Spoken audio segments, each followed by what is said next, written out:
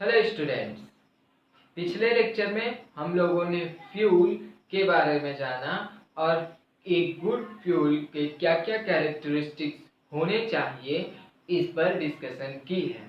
हम लोगों ने जाना कि जब भी किसी फ्यूल को बर्न करते हैं तो हम लोगों को एनर्जी मिलता है।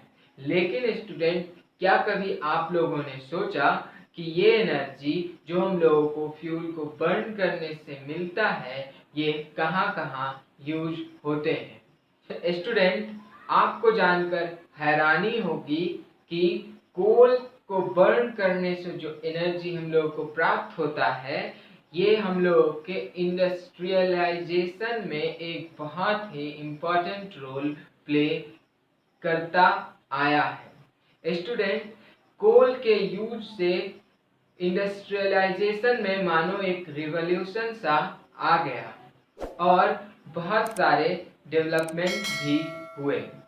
यही कारण है कि हम लोग अपने लाइफ को और बेटर बना पाए। जैसे जैसे हम लोगों का नीड बढ़ता गया, इंडस्ट्रियलाइजेशन भी बढ़ता चला गया और बढ़ते इंडस्ट्रियलाइजेशन की वजह से कोल का नीड भी बढ़ता चला गया। लेकिन स्टूडेंट्स, ये कोल बहुत ही लिमिटेड अमाउंट में हमारे नेचर में प्रेजेंट है। अगर इसी तरीके से हम लोग बिना किसी चिंता के कोल और पेट्रोलियम को यूज करते रहेंगे तो जल्द ही हम लोग इन सारे फ्यूल्स को खो बैठेंगे। तो हम लोगों को इन सारे फ्यूल्स को कंजर्व करना चाहिए। स्टूडेंट्स, हम लोगों ने पिछले लेक्चर में सोर्सेज ऑफ एनर्जी के क्लासिफिकेशन की भी बात की थी और हम लोग वहाँ सारे सोर्स को renewable and non renewable resources के बेसिस पे क्लासिफाई किए थे। हम लोगों को वहाँ पता चला था कि जो non renewable resources of energy है उसे हम लोग कन्वेंशनल सोर्स ऑफ एनर्जी कहते हैं। और हम लोग अपने चैप्टर में जितने भी सोर्सेज ऑफ एनर्जी होते हैं उसे कन्वेंशनल एंड नॉन कन्वेंशनल के बेसिस पर ही पढ़ने वाले हैं।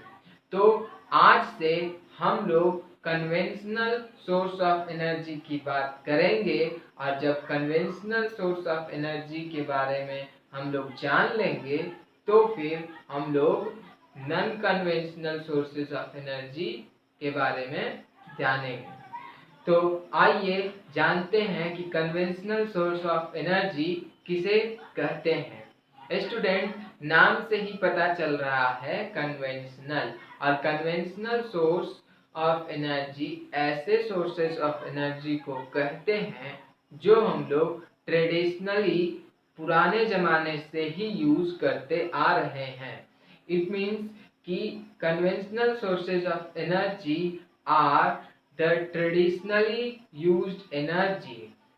As this energy is traditionally used, we are very familiar with conventional sources of energy.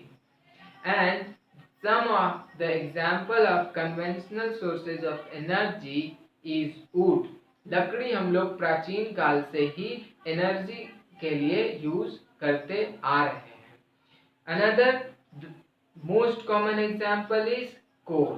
कोल भी हम लोग बहुत पुराने जमाने से as a energy store house use करते आ रहे हैं।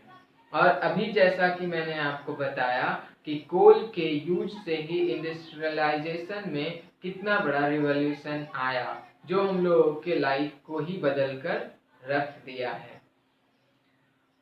तो ये सारे कन्वेंशनल सोर्स ऑफ एनर्जी थे। अब हम लोग कुछ बहुत ही ट्विस्ट वाली बात जानने वाले हैं। स्टूडेंट, हम लोग विंड एनर्जी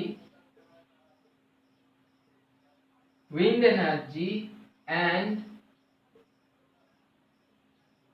हाइड्रो एनर्जी को भी conventional source of energy consider करते हैं।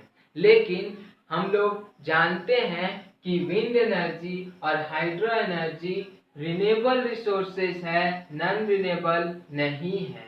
लेकिन फिर भी हम लोग विंड और हाइड्रो एनर्जी को कन्वेंशनल इसलिए कंसीडर करते हैं क्योंकि कन्वेंशनल एंशियंट टाइम से, पुराने जमाने से यूज होता आया है ट्रेडिशनली, और पुराने जमाने में विंड एनर्जी और हाइड्रो एनर्जी भी यूज होता था।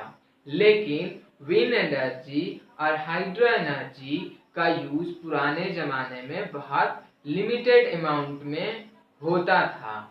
लेकिन आज हम लोगों के पास एक बहुत ही अच्छा टेक्नोलॉजी है जिससे हम लोग हाइड्रो एनर्जी और विंड एनर्जी का सफिशिएंटली यूज करके अच्छा amount of, it means a large amount of energy produce कर सकते हैं। इसलिए हम लोग विंड एनर्जी और हाइड्रो एनर्जी को non conventional source of energy में भी पढ़ सकते हैं और कन्वेंशनल सोर्स में भी पढ़ सकते हैं। लेकिन कन्वेंशनल जब हम लोग बातें करेंगे तो ट्रेडिशनली विंड और हाइड्रो एनर्जी बहुत ही लिमिटेड अमाउंट में यूज होता था। लेकिन आजकल हम लोग विंड और हाइड्रो एनर्जी का यूज इलेक्ट्रिसिटी जनरेट करने में भी करते हैं। अब हम लोग जानेंगे फॉसिल्स फ्यूल के बारे में। स्टूडेंट्स, जितने भी कन्वेंशनल सोर्स ऑफ एनर्जी है, इसका मेन सोर्स फॉसिल्स फ्यूल है। कन्वेंशनल सोर्स ऑफ एनर्जी हम लोगों को फॉसिल्स फ्यूल से मिलता है।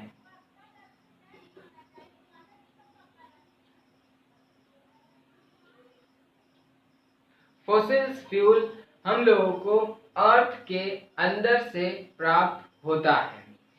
फॉसिल्स फ्यूल को हम लोग नेचुरल फ्यूल भी कह सकते हैं क्योंकि ये हम लोगों को अर्थ क्रस्ट से मिलता है। स्टूडेंट, अब हम लोग को जानना ये है कि आखिर फॉसिल्स फ्यूल कैसे फॉर्म होता है। फॉसिल्स फ्यूल माना जाता है कि लाखों करोड़ों साल पहले जब dead animals and plants earth crust के अंदर दबे रह गए, तो in the absence of oxygen and in the presence of high pressure and high temperature, these dead decayed plants and animals is converted into coal and petroleum.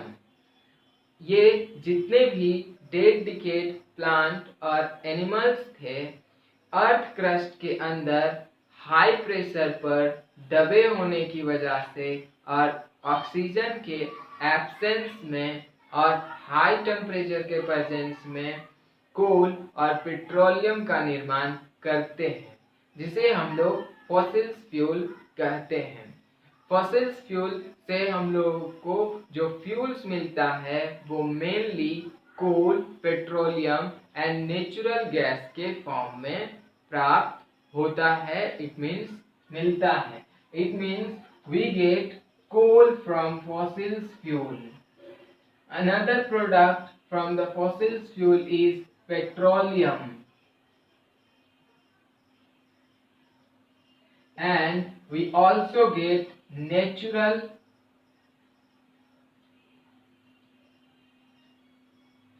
gas from fossil fuel. Student, अगले lecture में हम लोग one by one coal, petroleum और natural gas के use के बारे में जानेंगे। सो स्टूडेंट, उम्मीद करते हैं आप लोगों को आज के इस लेक्चर में बताए गए नए नए फैक्ट को जानकर बहुत ही अच्छा लगा होगा। तो आज के इस लेक्चर में इतना ही। जल्द मिलते हैं आपसे अगले लेक्चर में। तब तक के लिए खूब पढ़िए और अपने परिवार के साथ साथ अपने देश का भी नाम रोशन कीजिए। जय हिंद।